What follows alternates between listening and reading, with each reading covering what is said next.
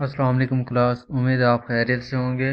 जी, आज का हमारा टॉपिक है लॉजिक विद एग्जांपल। लॉजिक की टाइप्स हमने स्टडी कर ली हैं जितनी भी थी, और थोड़ी बहुत उसके हमने एग्जांपल भी की थी और एक्सरसाइज के क्वेश्चन जो आप लोगों ने करने थे, आई होप आप लोगों ने कर लिए होंगे। लॉजिक जो हमने पढ़ी सबसे पहले थी प्रोपोजिशन। प्रोपोजिशन में हम चेक करते थे कि आपके पास जो गिवन जो स्टेटमेंट है उसको लॉजिकली चेक करते थे ये आपके पास प्रोपोजिशन स्टेटमेंट को फॉलो करती है या नहीं करती। उसके बाद हम नेक्स्ट उसकी टाइप में देखते हैं। जो आपके पास फर्स्ट निगेशन है, निगेशन जो आपके पास गिवन स्टेटमेंट थी उसको चेंज कर देती थी। अगर जो आपकी स्टेटमेंट ट्रू है तो निगेशन क्या कर देती है, फॉल्स कर देती है। अगर आपके पास फॉल्स स्टेटमेंट है तो उसका निगेशन ट्रू हो जाता है। ये एक दो आपस में इसके रेसिप्रोकल, आपने उसकी उलट स्टेटमेंट चेक करके बतानी है कि आपके पास गिवन जो स्टेटमेंट होगी उसकी निगेशन क्या बनेगी। उसके बाद हमने स्टडी किया कंजंक्शन, डिसजंक्शन। कंडीशनल स्टेटमेंट में पढ़ा था हमने if then condition, biconditional. और उसके बाद हमने कुछ क्वांटिफायर्स के बारे में स्टडी किया था। क्वांटिफायर हमने दो टाइप्स के पढ़े थे, यूनिवर्सल क्वांटिफायर और दूसरा था एग्जिस्टेंशियल क्वांटिफायर। इन दो क्वांटिफायर्स को हमने स्टडी किया और इनके एग्जांपल भी सॉल्व की। और इसके साथ साथ हमने स्टडी किया था नेस्टेड क्वांटिफायर, जो दोनों क्वांटिफायर्स को इकट्ठा आपके पास जो स्टेटमेंट आ जाते हैं जिसमें आप यूनिवर्सल क्वांटिफायर भी यूज़ करते हैं और एग्जिस्टेंशियल क्वांटिफायर भी यूज़ करते हैं। और उसके बाद हमने कुछ आइडेंटिटीज चेक की इन क्वांटिफायर्स के साथ। लास्ट जो लेक्चर आप लोगों ने देखा होगा, जो लॉजिकल इक्विवेलेंस जो प्रोपोजिशन हमने की थी लॉजिक्स की, उसमें कुछ आइडेंटिटीज यूज़ की गई थी। जैसे आपके पास मॉडस नॉर्म्स था, मॉडस टोलनेस था, ये आपके पास जो आइडेंटिटीज हमने स्टडी की। तो यहाँ पे हम आज के लेक्चर में ये आपके पास से ओवरव्यू था जो अब तक आप लोगों ने लेक्चर लिए हैं, और इसको कुछ एग्जांपल के साथ हम रिव्यू करते हैं कि हमारे पास जो मुख्तलिफ टाइप के लॉजिक्स हमने यूज़ किए हैं उनको एग्जांपल के साथ आप लोग कैसे सॉल्व कर सकते हैं। कोई जैसे आपके पास कोई क्वेश्चन आ जाता है तो उससे आप कैसे सॉल्व करेंगे यूजिंग टेबल और यूजिंग लॉजिकल इक्विवेलेंस। तो ये आपके पास फर्स्ट स्टेटमेंट एग्जांपल आपके पास है, show that this statement and this are logically equivalent. इसको आप लोगों ने चेक करना है कि आपके पास इन दोनों स्टेटमेंट के रिजल्ट आपस में इक्वल आते हैं। तो ये दोनों स्टेटमेंट आपस में क्या होंगी, लॉजिकली इक्विवेलेंट होंगी, अदरवाइज नहीं होंगी। यहाँ पे P एंड Q दो स्टेटमेंट ली गई हैं। दो स्टेटमेंट के पॉसिबल आउटकम्स कितने हो सकते हैं, 2 रेज़ पावर 2 कितने होंगे, 4। 2 रेज़ पावर n आपके पास यहाँ से चेक कर सकते हैं कि जो आपके पास गिवन स्टेटमेंट है उसके पॉसिबल आउटकम्स कितने हो सकते हैं। अगर आपके पास एक स्टेटमेंट है तो उसके पॉसिबल आउटकम सिर्फ दो होंगे, या तो वो ट्रू होगी या तो फॉल्स होगी।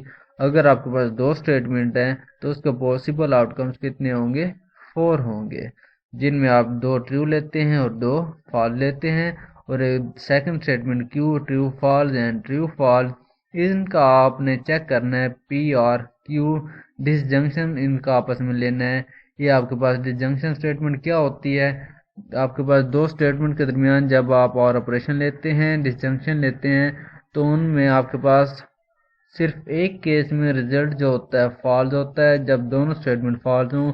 बाकी हर केस में रिजल्ट जो होता है आपके पास क्या, ट्रू आता है। और इसके साथ साथ जो आपने कंजंक्शन देखें P एंड Q फॉर्म में, उसमें आपके पास सिर्फ जो एक सूरत में आपके पास रिजल्ट ट्रू होगा जब दोनों केस ट्रू होंगे। बाकी सब जगह क्या होगा, आपकी स्टेटमेंट क्या हो जाएंगी, फॉल्स हो जाएंगी। इस तरीके से हमने इफ देन कंडीशन भी चेक करनी थी और बाई कंडीशनल स्टेटमेंट भी चेक की थी। तो यहाँ पे देखें P और Q जो ऑपरेशन लिया गया, लॉजिक यूज़ की गई, यहाँ पे इसका रिजल्ट सेकंड कॉलम में आपके पास नज़र आ रहा है। और जब इसका P और Q का निगेशन लिया गया थर्ड कॉलम में, ये जितनी भी आपके पास स्टेटमेंट थी जो ट्रू थी वो फॉल्स हो गई, और जो आपके पास लास्ट स्टेटमेंट फॉल्स आ रही है वो हो गई आपके पास ट्रू। और सेकंड जो आपके पास स्टेटमेंट थी negation P and negation Q, second statement का रिजल्ट आपने चेक करना है। इसमें फर्स्ट ऑफ ऑल आप लेंगे दोनों स्टेटमेंट का निगेशन। जब दोनों स्टेटमेंट का निगेशन लेंगे तो जो स्टेटमेंट आपके पास ट्रू हैं वो फॉल्स हो जाएंगी और जो फॉल्स हैं वो क्या हो जाएंगी, ट्रू हो जाएंगी। इनका फिर आपने लेना है कंजंक्शन। जब लेंगे तो आपके पास ये दोनों स्टेटमेंट का रिजल्ट आपके पास ये आ जाएगा false false false and last one is true. तो आप देखेंगे जो आपके पास कॉलम 3 एंड कॉलम 6, इन दोनों का रिजल्ट अगर आपस में दोनों का कंपेयर किया जाए तो दोनों क्या हैं, दोनों रिजल्ट आपस में सेम है। तो हम कह सकते हैं कि जो आपके पास दोनों स्टेटमेंट हैं निगेशन पी और क्यू और negation P and negation Q, ये दोनों क्या हैं, लॉजिकली इक्विवेलेंट हैं। तो इस तरीके से हम कोई भी स्टेटमेंट है उसको लॉजिकली इक्विवेलेंट प्रूव कर सकते हैं। और इसके साथ एक और एग्जांपल यहाँ पे आपको बताई गई है, शो डैट पी और क्यू एंड आर, ये स्टेटमेंट है आपके पास। और सेकंड स्टेटमेंट है पी और क्यू एंड पी और R logically equivalent. This is the distributive law of disjunction over conjunction. ये बेसिकली आपके पास डिस्ट्रीब्यूटिव लॉ है जो कि यहाँ पे आप लोगों ने इसको प्रूव करना है कि इसका रिजल्ट आपके पास क्या आना चाहिए, लॉजिकली इक्विवेलेंट आना चाहिए। तो यहाँ पे आपने यूज़ करनी है 3 statements P Q and R. जब आपके पास स्टेटमेंट 3 हो जाए तो उसके पॉसिबल आउटकम्स चेक करने कितने होंगे, 2 रेज़्ड पावर 3।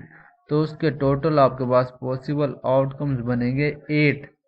तो जो आप फर्स्ट स्टेटमेंट लेंगे उसके फर्स्ट 4 केसेस आप ट्रू लेंगे और 4 फॉल्स लेंगे। सेकंड स्टेटमेंट क्यू जो है उसके 2 case true, 2 false, 2 true, 2 false. और थर्ड स्टेटमेंट जो आर है आपके पास उसमें आप लेंगे true false true false true false and true false. ये आपके पास 3 स्टेटमेंट्स बनेंगी P Q and R. Statement बनाने के बाद फर्स्ट ऑफ ऑल आप जो गिवन प्रूफ करना है, जो रिजल्ट आपके पास स्टेटमेंट है उनमें चेक करना है कि आपके पास स्मॉलेस्ट स्टेटमेंट कौन सी है, उसको सॉल्व करेंगे और उसके बाद आप फर्दर सॉल्व करेंगे पी और Q and R. First of all आप क्यू एंड आर ऑपरेशन है, सेकंड कॉलम जो आपके पास नज़र आ रहा है क्यू और आर का कंजंक्शन लेंगे जब, तो आपके पास रिजल्ट आ जाएगा ये सेकंड कॉलम में आपको जो नज़र आ रहा है। उसके बाद आप इस कंजंक्शन का लेंगे आर ऑपरेशन पी के साथ जो कि डिसजंक्शन कहते हैं जिसे। ये आपके पास रिजल्ट आ जाएगा true true true true, last 3 1 are false. ये आपके पास फर्स्ट स्टेटमेंट का रिजल्ट आ चुका है। जो 2 स्टेटमेंट आपने प्रूव करनी है कि दोनों आपस में लॉजिकली इक्विवेलेंट हैं, तो उनमें से फर्स्ट स्टेटमेंट का जो रिजल्ट आया वो आपके पास कॉलम 3 में है।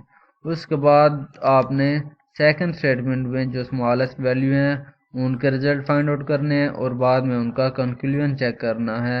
ये आपके पास पी और क्यू और पी और आर का रिजल्ट कॉलम 4 और 5 में जो आपके पास नज़र आ रहा है, इनका आपने कंजंक्शन चेक करना है। दोनों का रिजल्ट आपके पास आया है ट्रू ट्रू ट्रू और लास्ट 3 1 आर फॉल्स। तो यहाँ से आप इजीली चेक कर सकते हैं जो कॉलम 3 और कॉलम 6 है, इन दोनों को अगर आप कंपेयर करें तो दोनों रिजल्ट सेम है। तो यहाँ हम कह सकते हैं कि आपके पास ये स्टेटमेंट जो है आपस में दोनों लॉजिकली इक्विवेलेंट हैं और इसके साथ साथ डिस्ट्रीब्यूटिव लॉ भी प्रूफ हो गया, लेफ्ट डिस्ट्रीब्यूटिव लॉ। इस तरीके से आप राइट डिस्ट्रीब्यूटिव लॉ भी प्रूफ कर सकते हैं कि उसका रिजल्ट भी आपके पास क्या आएगा, लॉजिकली इक्विवेलेंट शो करना चाहिए। उसके बाद आपके पास लॉजिकल इक्विवेलेंस आइडेंटिटीज कुछ दी गई हैं आपके पास, जैसे हमने सेट्स में पढ़ी थी आइडेंटिटीज, सेम इसी तरीके से आपने लॉजिकल इक्विवेलेंस में भी आइडेंटिटीज को फॉलो करते हुए कुछ रिजल्ट प्रूव करने हैं। Identities law, domination law, idempotent laws, double negation laws, commutative laws, associative laws, distributive laws, De Morgan laws, absorption laws, and the last one is negation laws. Negation laws is the one of the most important result जो आपने अपने mind में रखना है कि आपके पास P और negation P दो एक स्टेटमेंट है और उसके निगेशन स्टेटमेंट का आपस में रिजल्ट जब उनका आप डिसजंक्शन लेंगे तो रिजल्ट आपके पास क्या आएगा, ट्रू आएगा। और इस तरीके से जब उनका आपस में कंजंक्शन लिया जाएगा तो रिजल्ट आपके पास क्या आएगा, फॉल्स आएगा। ये कुछ आइडेंटिटीज लॉज हैं जो आप लोगों ने अपने माइंड में रखनी है और इन लॉज को यूज़ करते हुए आपने डिफरेंट स्टेटमेंट्स को शो प्रूफ करना है कि आपके पास ये आपस में क्या होते हैं, लॉजिकली इक्विवेलेंट होते हैं। जैसे सेट्स को हमने प्रूफ किया था, एक तो हमने जस्ट उनके सेट लेके नेचुरल नंबर में से, होल नंबर में से, प्राइम नंबर में से जो सेट लेके हमने उनके प्रूफ किए थे, associative law, distributive law, D Morgan law, simple जो जैसे प्रूफ करते हैं। और एक और हमने रिजल्ट प्रूफ किए थे बाय यूजिंग द आइडेंटिटीज, जैसे x belong to A union b तो x बिलोंग टू ए और x बिलोंग टू b। इस तरीके से जो हमने आइडेंटिटीज यूज करके सॉल्व किए थे, सेम इसी तरीके से लॉजिक को भी सॉल्व करने के दो मेथड हैं। एक आपने यूज़ करना है तो बाय यूजिंग ट्रुथ टेबल, जो अब तक आप लोगों ने सॉल्व किए हैं क्वेश्चन, डिफरेंट क्वेश्चन को सॉल्व किए हैं। और एक और मेथड है लॉजिकल इक्विवेलेंसेस को यूज़ करते हुए आपने रिजल्ट ये प्रूफ करने हैं कि आपके पास ये वैलिड हैं या नहीं है। तो इसके लिए एक एग्जांपल यहाँ पे आपके पास दी गई है, शो डैट निगेशन स्टेटमेंट आपके पास ये और second statement negation p and negation q are logically equivalent by developing a series of logical इक्विवेलेंसेस।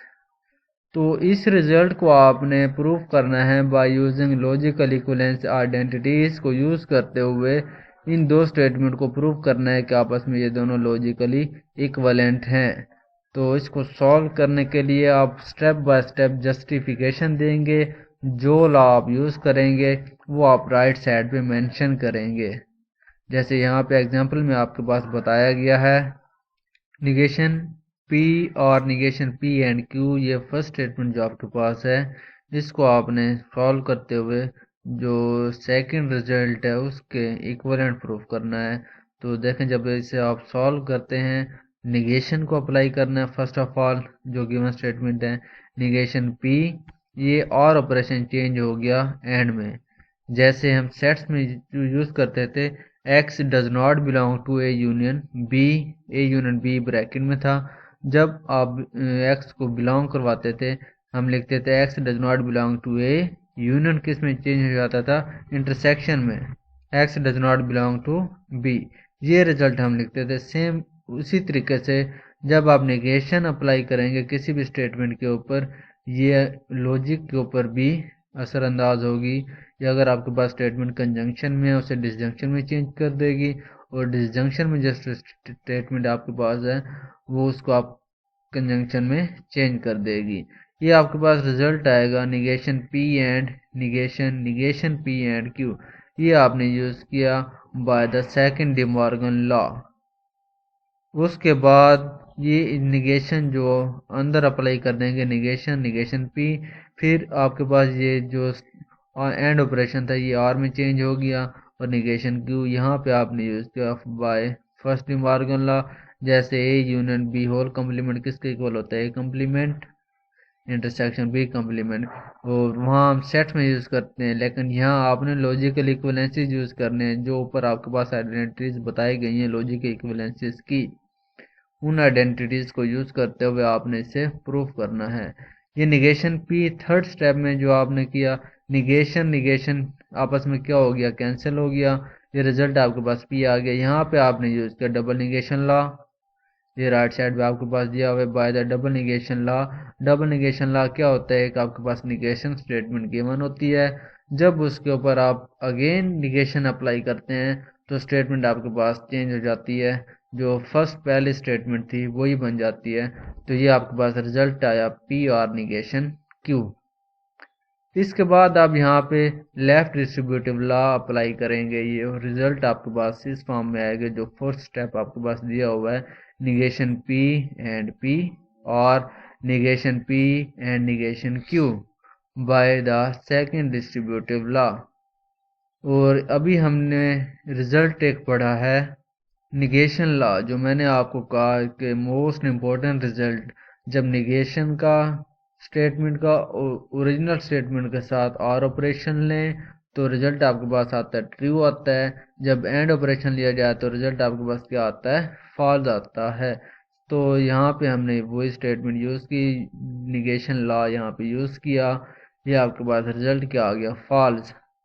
और बाय यूजिंग कम्यूटेटिव लॉ ये स्टेटमेंट आपके पास चेंज हो गई, जो गिवन स्टेटमेंट थी वो आपके पास एंड में फाइनल रिजल्ट आपके पास बन चुका है, negation P and negation Q. आप स्टेटमेंट फर्स्ट को लेके चले थे, उसके ऊपर निगेशन अप्लाई की थी, और by using logic equivalence identities आपने सेकंड स्टेटमेंट प्रूफ कर दी, और ये आपके पास फाइनल रिजल्ट आ गया कि आपके पास this statement and this are logically equivalent. तो इस तरीके से आपने डिफरेंट स्टेटमेंट्स को लॉजिकली चेक करना है कि आपस में वो इक्विवेलेंट होती हैं या नहीं होती बाय यूजिंग द आइडेंटिटीज। इस तरीके से एक और एग्जांपल यहाँ पे आपके पास बताई गई है, show that P and Q implies P और Q if then condition, conditional statement आपके पास है जो यूज की गई है यहाँ पे, और फाइनल रिजल्ट आता है, कहते हैं ये आपके पास क्या होनी चाहिए, टोटोलॉजी होनी चाहिए। टोटोलॉजी स्टेटमेंट आपके पास क्या होती थी, जिनमें आपके पास पॉसिबल आउटकम जितने भी कंक्लूजन रिजल्ट आते थे वो सारे क्या होने चाहिए, ट्रू होने चाहिए। The statement is true for all cases is called tautology. तो यहाँ पे जब इसे सॉल्व करते हैं तो देखें यहाँ पे क्या बताया गया है, to show that this statement is tautology we will use logical equivalences to demonstrate that it is logically equivalent to true. Note, this could also be done using a truth table.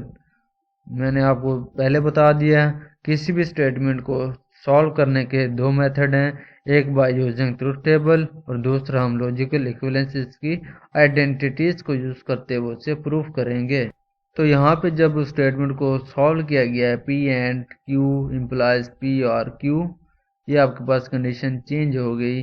By example इसका valid proof है example 3, आप book में देखेंगे bye discrete mathematics की book जो आपके पास given the गई है, उसमें आप चेक करेंगे एग्जांपल 3 में जो वैलिड रिजल्ट आता है इसका जो बनता है निगेशन P एंड Q और P और Q।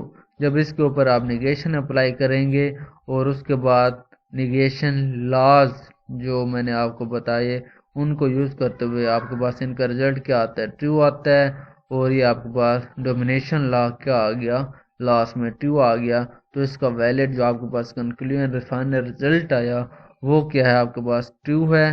तो ये हमारी स्टेटमेंट क्या हो जाएगी, टोटोलॉजीज को शो करेगी और ये हमारा प्रूफ होगा। तो इस तरीके से आपने डिफरेंट स्टेटमेंट्स को प्रूव करना है by using logic equivalence identities. उसके बाद नेक्स्ट है predicates. What is the predicates, इसकी डेफिनेशन हमने पढ़ी थी, एग्जांपल भी की थी। ये यहाँ पे देखें कुछ एग्जांपल यहाँ पे बताई गई हैं। Let P of X denote the statement X greater than 3। What are the truth values of P4 and P2। जो आपके पास गिवन स्टेटमेंट X के ऊपर डिफाइंड है वो क्या है, X ग्रेटर देन 3, और इसका आपने चेक करना है क्या वैलिड रिजल्ट होता है X के लिए फॉर ऑल वैल्यूज़ या फिक्स कर दी जाती हैं वैल्यूज़, जैसे यहाँ पे फिक्स बताई गई हैं, 4 बताई गई है और 2 बताई गई है। इनके लिए आपने इसकी ट्रूथ वैल्यूज़ चेक करनी है क्या ट्रू आती हैं या फॉल्स आती हैं। तो सोल्यूशन में आपके पास यहाँ पे देखने बताया हुआ है, we obtain the statement P4 by setting X is equal 4। जो आपके पास P ऑफ X स्टेटमेंट है वहाँ पे X की जगह आप यूज़ करेंगे 4 और रिजल्ट आपके पास आता है 4 ग्रेटर देन 3, जो कि आपके पास मैथमेटिकली रिजल्ट भी ट्रू है, हम कह सकते हैं 4 ग्रेटर देन 3 है। However P2 which is the statement 2 greater than 3, no 2 always less than 3, ये आपके पास स्टेटमेंट क्या हो जाएगी, फॉल्स हो जाएगी। तो इसके साथ आपके पास एक और एग्जांपल बताई गई है, let Q of X Y denote the statement X is equal Y plus 3 what are the truth values of the propositions Q12 and Q30। ये आपके पास जो कोऑर्डिनेट x और y में स्टेटमेंट बताई गई है और इसके वैल्यूज़ बताई हुई हैं 1 2 के लिए और 3 0 के लिए। आप इसकी ट्रूथ वैल्यूज़ चेक करें क्या ये स्टेटमेंट सेटिस्फाई होती है या नहीं होती। तो जो गिवन स्टेटमेंट हमारे पास है x is equal Y plus 3, उसमें हम पुट करेंगे फॉर q ऑफ 1 2 के लिए। गिवन स्टेटमेंट में ये वैल्यूज पुट करनी है और चेक करना है कि रिजल्ट क्या आता है। जब हम x is equal Y plus 3 में x की जगह 1 और y की जगह आप 2 पुट करेंगे तो आपके पास रिजल्ट आएगा 1 is equal 2 plus 3। 2 plus 3 is equal होता है 5 के। 5 does not equal 1 which is false. ये आपके पास स्टेटमेंट क्या हो जाएगी, फॉल्स हो जाएगी। उसके बाद आप चेक करेंगे Q30 के लिए x की वैल्यू 3 पुट करेंगे और y की वैल्यू 0। तो उसके लिए आप रिजल्ट चेक करेंगे प्रोपोजिशन 3 इज इक्वल 0 प्लस 3। तो ये आपके पास वैलिड रिजल्ट आता है जो 3 इज इक्वल 3 है। तो ये स्टेटमेंट आपके पास क्या हो जाएगी, ट्रू हो जाएगी। तो इस तरीके से प्रेडिकेट्स के एग्जांपल हमने चेक करनी है कि गिवन स्टेटमेंट आपके पास ट्रू होती है या फॉल्स होती है। क्वांटिफायर के लिए जो एग्जांपल दी गई है, let p of x be statement x plus 1 greater than x. What is the truth value of the quantification for all x p of x where the domain consists of all real numbers? इस statement को universal quantifier use करते हुए check करना है कि for all real numbers के लिए क्या ये स्टेटमेंट ट्रू है या फॉल्स है। Because p of x is true for all real number x, the quantification for all x p of x की आप यहाँ जो मर्जी वैल्यू पुट करें, दोनों x plus 1 greater than x है। x की आप अगर 1 पुट करें 1 प्लस 1 2 ग्रेटर देन 1 होगा। ऑलवेज आपके पास ये स्टेटमेंट क्या होगी, ट्रू होगी हर केस में। सेकंड एग्जांपल देखें, late q of x be the statement x less than 2.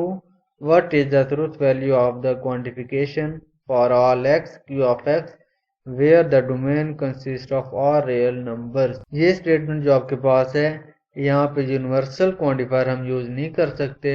Universal के लिए ये केस हमारे पास ये स्टेटमेंट फॉल्स होगी, ट्रू नहीं हो सकती। अगर आप रियल नंबर में से 3 चूज करते हैं, 3 ग्रेटर होता है 2 से, ये लेस नहीं होता। तो q of x is not true for every real number. ये आपके पास स्टेटमेंट क्या हो जाएगी, फॉल्स हो जाएगी। तो इस तरीके से आप यूनिवर्सल क्वांटिफायर की एग्जांपल चेक कर सकते हैं डिफरेंट स्टेटमेंट के ऊपर। और एक्जिस्टेंशियल क्वांटिफायर की यहाँ एग्जांपल दी गई है, let p of x denote the statement x greater than 3. What is the truth value of the quantification there exists x p of x where the domain consists of all real numbers? इस statement को आपने बताना है कि कौन सा ऐसा आपके पास फिक्स नंबर है, यहाँ पे ये रिजल्ट वैलिड होता है, और कौन सा है नंबर आपने चूज करना है। Because x greater than 3 is sometimes true. For instance, when x is equal 4. जब आप 4 पुट करेंगे एक्जिस्टेंशियल क्वांटिफायर में 4 जब पुट करेंगे आपके पास क्या हो जाएगा, ग्रेटर देन 3 हो जाएगा। तो ये आपके पास रिजल्ट स्टेटमेंट हो जाएगी ट्रू। बाकी अगर केसेस अगर आप देखें 2 पुट करें, 2 में आपके पास ये स्टेटमेंट क्या हो जाएगी, फॉल्स हो जाएगी। 1 के लिए फॉल्स हो जाएगी। तो जब एक्जिस्टेंशियल की बात आ जाएगी तो आप एक नंबर फिक्स कर देंगे, उसके लिए ये स्टेटमेंट आपके पास क्या होगी, ट्रू होगी। सेकेंड एग्जाम्पल देखें, let q of x denote the statement x is equal x plus 1.